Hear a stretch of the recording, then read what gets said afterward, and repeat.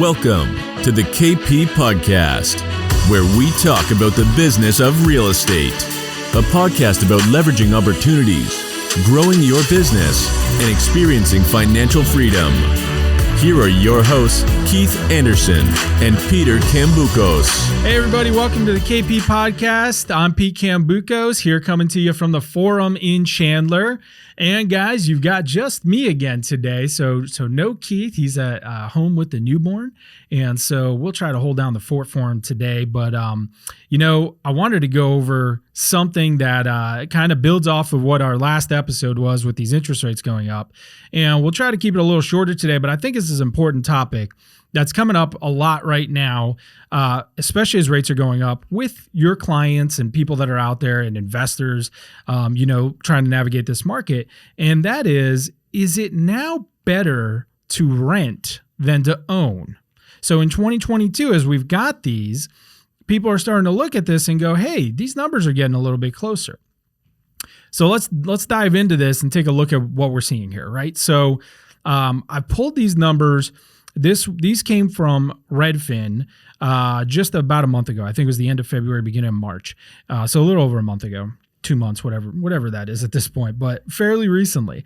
And if we're looking at the Phoenix metro market, the rents have gone up year over year about 26%. The mortgage payments, on the other hand, have gone up during that same time period about 44%.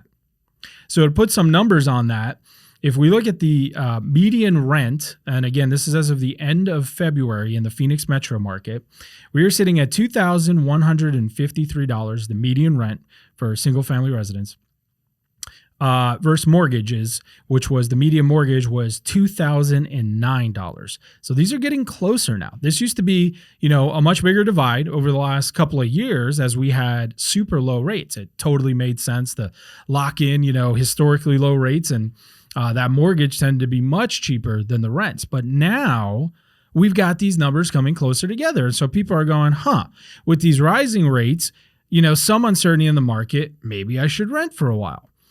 Well, we're seeing these numbers get closer, and we might, especially if we keep seeing, rates go up, these numbers might inverse for a little bit. And so what we want to look at is, does it make sense? Well, let's take a deeper dive behind just what those numbers are and see about what else goes into this and see, which one might be better. So we've already talked about mortgage rates have risen considerably, guys, pushing those mortgage payments up. So, one of the things to remember, and this is something we've talked about on previous episodes many times, is that rents lag in the real estate market. And what I mean is they're lagging in appreciation as well as mortgage payments. And why is that? So we've touched on it before. The rents tend to lag about 12 to 18 months because if you think about it, typically people are locking in a rental agreement for about a year. So they're locked into their rent for a year. It's not going to change during that time. And at the end of that rental agreement, that's when the landlord has the opportunity to adjust it to the market. So at that point, they're going to raise rents, or maybe somebody moves out and they raise it considerably with new people moving in. But that takes time. And so, as we see appreciation go, and you can see that on a month over month basis, or rates are changing every day, so you're seeing mortgage payments that'll change week to week, month to month as rates fluctuate. Those rents, they lag because you've got these, contracts, and you've got these rental agreements that are, like we said, typically a year.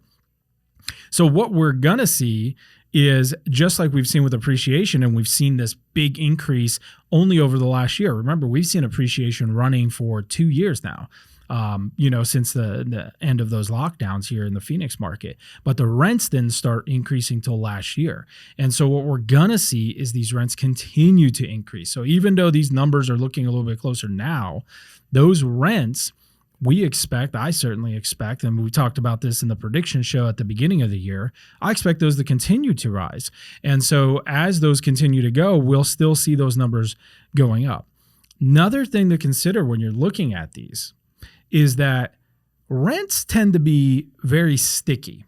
And what we mean by that is that once rents go up, and let's say, again, we're looking in our Phoenix metro market, and you're looking at something in North Phoenix and the rents have now gone up, let's say, we're looking at this median rent to $2,150.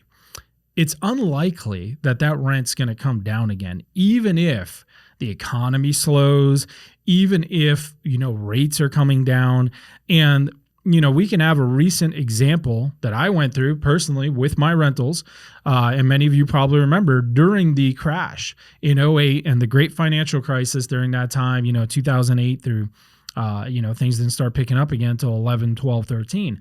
But during that time, even as we saw supply come on and we saw, real estate market crash, the economy go into this huge recession, rents didn't go down.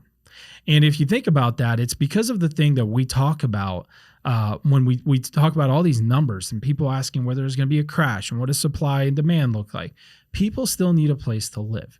So what we saw during the great financial crisis was, yes, we had a lot more houses coming up for sale, but every time people were, unfortunately, maybe they're losing their house to foreclosure, or they had to short sale, or they couldn't buy because they didn't qualify, well, then they had to turn to rent. And so if we're getting that supply and we're getting the demand weakening on the buy side, those people are still going somewhere. They didn't disappear. And so they still have to live somewhere. And that causes more demand for the rentals, which actually helps support those rental prices, if not push them higher. And so people have to always remember that give and take. So all that long way to say, rents are sticky. Like I said, once they go up, they rarely come down. Unlike mortgage payments, which can come down, because if we do see, let's look at the two scenarios. We see rates come down again. Well, then the mortgage payments would potentially come down as, for that same house. Let's say you're looking at a $500,000 house. We're seeing right now that a year ago, that payment would have been at, say $2,000. Now, since rates have gone up, it's at $2,500. Well, if they come back down, that same $500,000 house, payment can go back down to $2,000. Same with people that have locked in higher rates now, they can always refinance later and try to bring that rate down again that way. So the mortgage payments have the ability to come down. We should put it that way. With the rents, you've got, like I said, they're sticky and they're unlikely to come down. Along that same vein, you got with the rents, you've got risk that you're taking because you're not in control of that rent.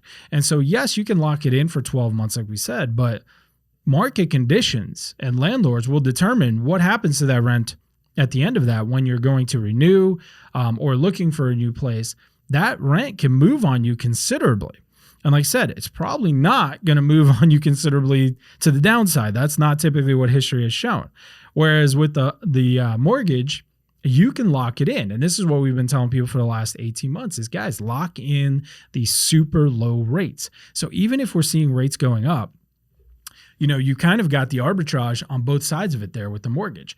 Since rates are going up, you can lock in that mortgage at this rate. And if rates continue to go up from here, well, you're locked in at that rate that you closed at. Your mortgage payment isn't going to increase there. You might have some taxes or HOAs that change on you, but those are, relatively minor in the grand scheme of things. Your mortgage payment, your principal and interest, that's locked in. So if rates go up, yours isn't going up. But if rents go up, you're not locked in and you can continue to go. And like we just said, the same thing with the mortgage arbitrage. If rates do come back down, let's say you're buying today and you're locking in at 6, and a year from now, rates are back down to 4.5 or 5. Well, you can always refinance back down to that lower rate at that time. So yeah, it totally makes sense. Lock it in now, protect yourself against the upside. If the rates come back down in a year, well, you can refinance back into those lower rates. You don't have that with the rents. Now, what you do have with the renting, and let's talk about some of the positives on there. You don't have the property taxes I just mentioned. You don't have the HOA fees that you're going to be dealing with as an owner. You don't have the maintenance repairs and costs that you're going to have as an owner. Those all fall to owners. And so on the rental side, you do have that. However, continuing on with what you got on the mortgage side there that you don't have with the rental side is we're looking at these numbers, right? And let's go back just to remind everybody, right now at the end of February, median rent was $2,153. Median mortgage payment was $2,009. $2,009. Well, your entire rental amount is going to that landlord. You're not building any equity. Once you pay it each month, it's gone. With your mortgage, that's not the case. Part of this $2,009 for the median mortgage here at the end of February is going to pay down that principal. So out of this $2,009, you're not losing all of it. Part of it is going to taxes, part of it's going to insurance, part of it's going to interest, but part of it is also going to pay down that mortgage. And so you are building your equity that way by paying down that mortgage. So part of this payment each month is going back essentially to you. You're getting to keep that in the form of building up that equity in there. What else do you're getting with the mortgage side that you're not getting with the rental side has again to do with the way that this is set up.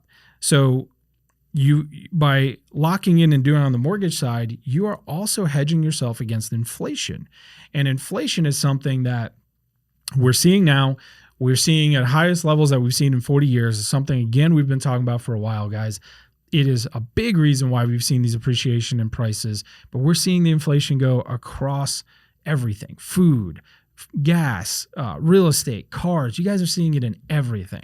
And one of the best hedges against inflation has always historically been real estate. That if we continue to see above average inflation, and whether it stays at this level, comes down a little bit and continues at a higher level than we've seen historically, it's probably going to still continue at a pretty good level. What does that do? It tends to drive the home price appreciation, but it also helps destroy the value of the debt that you've taken. And so Jason Hartman, great listen. If you guys haven't listened to his podcast, highly recommend it. But he talks about, inflation-induced debt destruction. It's a phrase that he's coined. And when you've locked in this debt, say a $300,000 mortgage at 5% interest rates, well, as inflation goes up every year, remember what inflation does. It decreases the value of your dollar, decreases your purchasing power. That holds true for debt as well. So $300,000 that someone took out 5 years ago is not the same as $300,000 that somebody's taking out today. Think about any other currency that you had. If you had $100 5 years ago, well, that bought you a lot more than $100 would buy you today, 5 years later. It's the same for debt. When you take out debt, that debt stays there. That number doesn't grow, and the interest rate is fixed, but inflation is continuing to eat away at the value of the money. So you're paying it back with cheaper and cheaper dollars every single year. Inflation, on the other hand, for rentals works against you because, just like I said, it goes with the inflation, pushes up the appreciation and the cost for everything, everyday expenses and things that we deal with. Well, rent is one of those everyday expenses. And so as the cost of living goes up, those rents get driven up by it as well. So all that to say, we've laid out some of that stuff. People look at those numbers and go, hey, these are getting closer. Is it better to rent and own? Look, everybody's situation is different. And certainly if you're going to be in a new city and you don't know where you want to be, or you're going to be somewhere for only a year, maybe 2 at the most, it might make sense to rent. But if you're looking for the long term, let's say you're in this Phoenix area and you're like, no, I'm going to, have a family here and this is where we plan to be for the next 5 or 10 years. Does it make sense to rent in this environment than own? I would say, in my opinion, probably not at this point. Take a look at all the other things behind the numbers that we talked about. How does inflation affect it? What are the tax benefits that you're getting for owning? The equity that you're building in there, the appreciation that you're getting with owning a property, et cetera, plus the security of locking in your payment and knowing, what it's going to be for the foreseeable future. Those all factor into it, and it's things that you need to take into account. So again, wanted to bring this up because this is something now that's coming up more and more as those numbers tend to get closer or are getting closer and people are wondering about. So make sure you're looking at that full picture. Like I said, it builds on a little bit of what we talked about rates going up and how that is affecting everything. But as of right now, guys, unless things somehow materially change, and we're always trying to stay ahead of this curve for you guys, right now, I would say still doesn't make a lot of sense, at least here in our market, to rent rather than buy at this point, especially as we're seeing, extremely low supply. inflation continuing, yes, a slowdown in the increase of prices, but not a reversal. We're not seeing those prices not going up anytime soon. They're just going to go up at a much slower pace. And so all of this stuff that you're taking into account probably still makes sense to buy at this point if you can. Don't stretch yourself. And if you can't do it, rent for another year, save up, get in there when you can, be responsible about it. But certainly if you've got the option, you probably want to look at that purchase still at this point as opposed to renting. So hopefully that helps some folks out there. Hopefully you guys can share this and got something out of it. As always, subscribe to the podcast, kppodcast.com. Follow us on Instagram, YouTube, and Facebook. And if anybody's got any questions at kpeliteaz.com, be happy to answer those for you. And we will see you guys next time.